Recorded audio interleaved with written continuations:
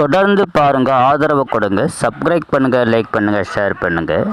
எதிர்நீச்சல் தொடரில் குணசேகரன் கைது செய்யப்பட்ட நிலையில் வீட்டில் இருக்கிறவங்ககிட்டலாம் சமாதானமாக போக சொல்லி கதிரும் ஞானமாக பேசுகிறாங்க. யாரும் ஒத்துக்க மாட்டேன், உண்மையை தான் பேசுவேன்றாங்க.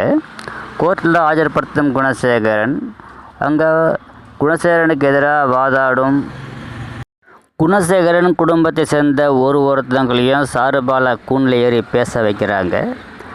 பேச வர ஒருத்தவங்களும் குணசேகரனால் பாதிக்கப்பட்டதை சொல்கிறாங்க. மேலும் தங்களை ஏமாற்றி திருமணம் செய்து வைத்ததாகவும், தாங்கள் படித்த படிப்புக்கு ஏற்ற எந்த வேலையும் செய்ய விடாமல் தடுத்ததாகவும், பெண்களை அடிமைத்தனமாக நடத்தியதாகவும் குணசேகரன் மேலே பழி சுமத்துறாங்க. இப்படி ஒரு ஆண் ஆதிக்கவாதி வெளியில் இருக்கக்கூடாது, அவருக்கு சரியான தண்டனை கொடுங்கன்னு வக்கீல் ஜட்ஜிக்கிட்ட கேட்குறாங்க. தர்ஷினியை ஆஜர்படுத்த கூப்பிடும்போது அவங்க ஆஜராக தேவையில்லை அப்படின்னு ஜட்ஜி சொல்லிடுறாரு. கடைசியாக சாருபாலா சொல்லும்போது ஜனனியை ஆஜராக சொல்கிறாங்க. இவங்க எல்லாருக்கும் உறுதுணையாகவும் ஆதரவாகவும் இருந்தது ஜனனி தான். அவங்க பேச அழைக்கிறதா கூப்பிட்றாங்க. அவங்க கூண்டிலேறி பேசும்போது தன்னை ஒரு கம்பெனிக்கு மேனேஜராக ஆக்கிறதாகவும் தன் நிர்வகிக்க சொல்கிறதாகவும் சொல்கிறாங்க. பிறகு நடந்த விஷயங்கள்லாம் சொல்கிறாங்க. கடைசியில் சொத்துக்காக அப்பத்தாவை சாவடித்ததாகவும் எல்லாத்துக்கும் அவர் தான் காரணம்னு சொல்கிறாங்க. அந்த நேரத்தில் பாட்டி அப்பத்தா வராங்க.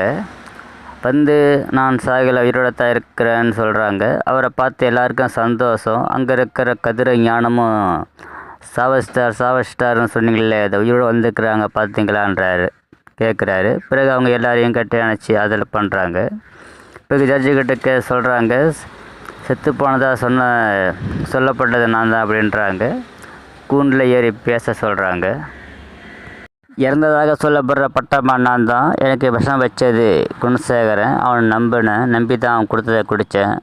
விஷம் வச்சது தெரியக்கூடாதுன்றதுக்காக நான் ரொம்ப தூரம் கூட்டுக்கிட்டு போனான். ஜீப்பில் கூட வந்த யாரையும் வர வேணான்னா தம்பிகளை மட்டும் கூட்டுக்கிட்டு போனான். கடைசியில் விஷம் வச்சு செத்தாக்கா எங்கே விஷம் கொடுத்தா தெரிஞ்சிடமோன்றதுக்காக என்னை காரில் குண்டு வச்சு சாகடிக்க பார்த்தாரு.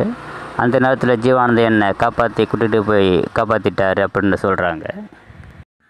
அதற்கான வீடியோவையும் காட்டுறாங்க. தீர விசாரித்த நீதிபதி குணசேகரனுக்கு ஆயுள் தண்டனை விதிக்கிறாரு.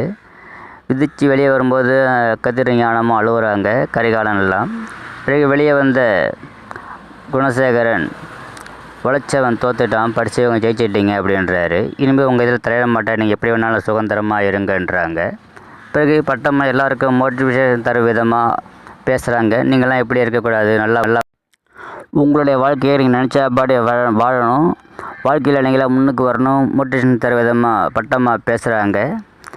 இதை விட இந்த எதிர்நீச்சல் தொடர் முடிஞ்சிடுது. சுவர்ணை போட்டு முடிச்சிடுறாங்க. தொடர்ந்து பாருங்கள், ஆதரவு கொடுங்க.